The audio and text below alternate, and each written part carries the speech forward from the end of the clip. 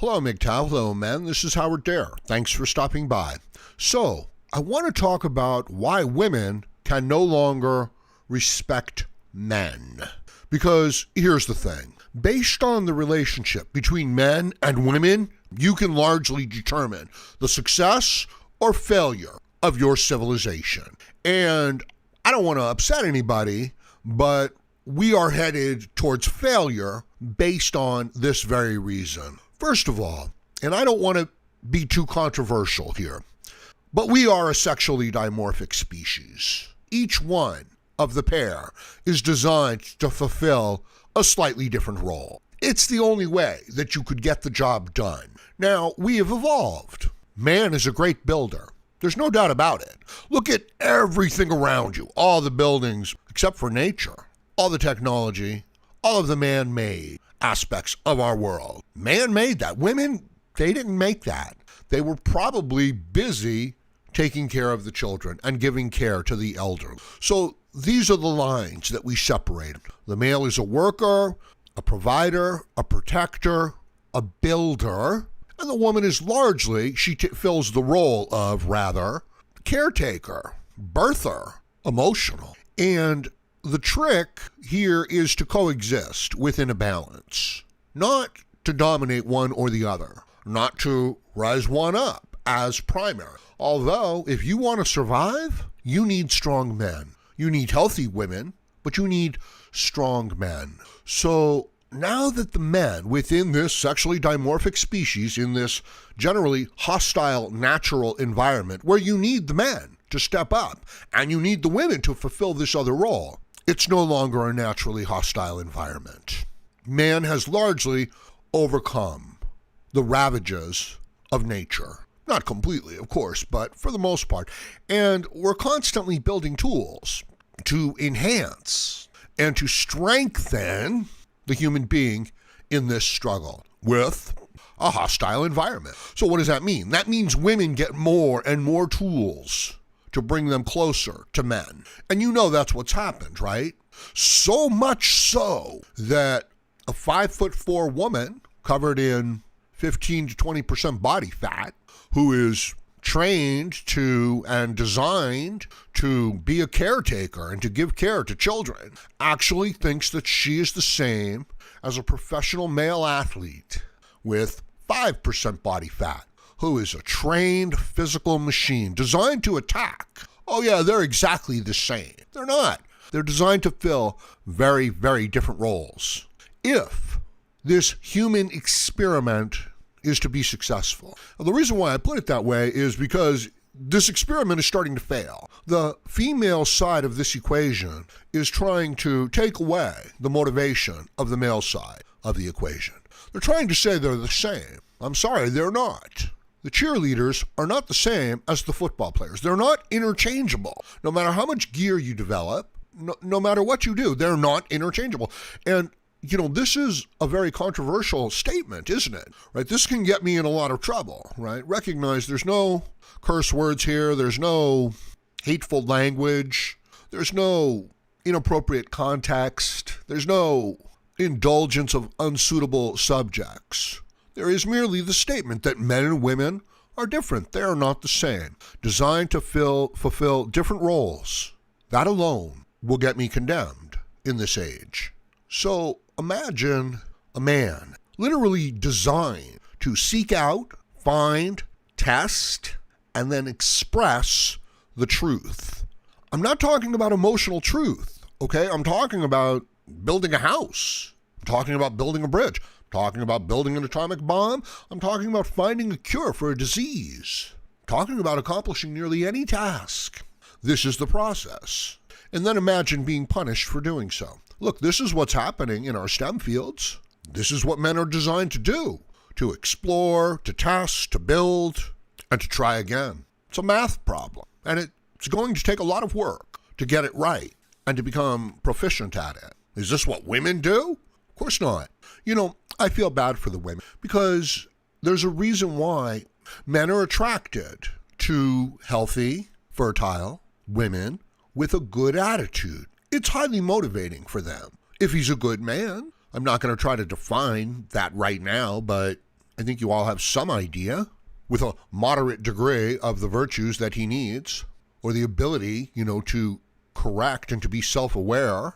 The man is fundamentally a fighter, designed to combat with objective reality and then overcome the obstacles there. He's not a manipulator. A good man he's not great at the emotional aspects. He can get there, but that's not his role, at least not at first. How could he, why bother to be a great communicator when you haven't really acquired much experience in any? So the women are told to act like men, as if they're training to be fighters in life. But here's the thing, they'll never be very good fighters. That's not what they're good at. So they're put in competition with the boys. They're set against the boys. In order to do this, the left has to demonize the boys. There's nothing wrong with the boys. The boys didn't do anything wrong. They're just boys with natural proclivities of boys. But they're not bad. They're not wrong. They're not evil. It's not toxic masculinity. It's males growing up. That's what it is. But in order to blur this line, the left, the institutions of the left, have to put out this talking point that masculinity is toxic, that something needs to be done to take them off their natural course. You know that's a crime. You know that's a sin, right? To harm the boys like that, to drug them, to act as if their natural behavior is wrong. I mean, of course, they need to be curbed, They can't be allowed to go completely crazy, but you can't, and yeah, you know that. This misinterpretation of reality is forced upon the children. And so the girls think they're competing with the boys. When the boys would do, like if the girls would smile at the boys and, offer to let them carry their books, the boys would do anything for the girls. But it's not going to be that way, right? They're going to be in competition. But here's the thing. They're not in competition. As I said, the boys won't really compete against the girls.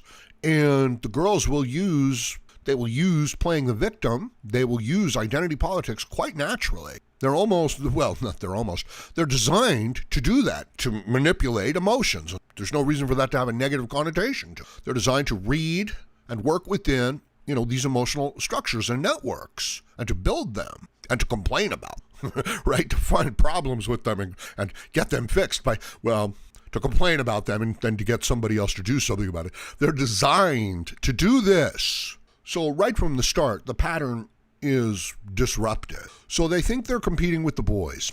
And sure enough, girls are doing great. Girls are advancing in education, in the workplace, socially, in media, politically. More and more, their views are being taken as the standard, as the status quo. And of course they're not, because the men built the whole situation. It's a merit-based system, which some people are calling patriarchal. So, male-dominated, unfair.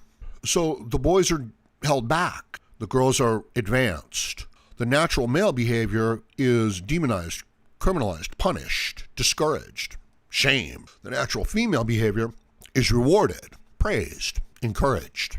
An emotional interpretation of the world is taught, encouraged now. An emotional interpretation of colonialism. This is what's taught now. Not the fact that, yes, a more advanced civilization came in contact with a much less advanced civilization and then largely took over, right? Like you can't expect the European colonists to come to America and to then start living in teepees and huts and, following herds of animals.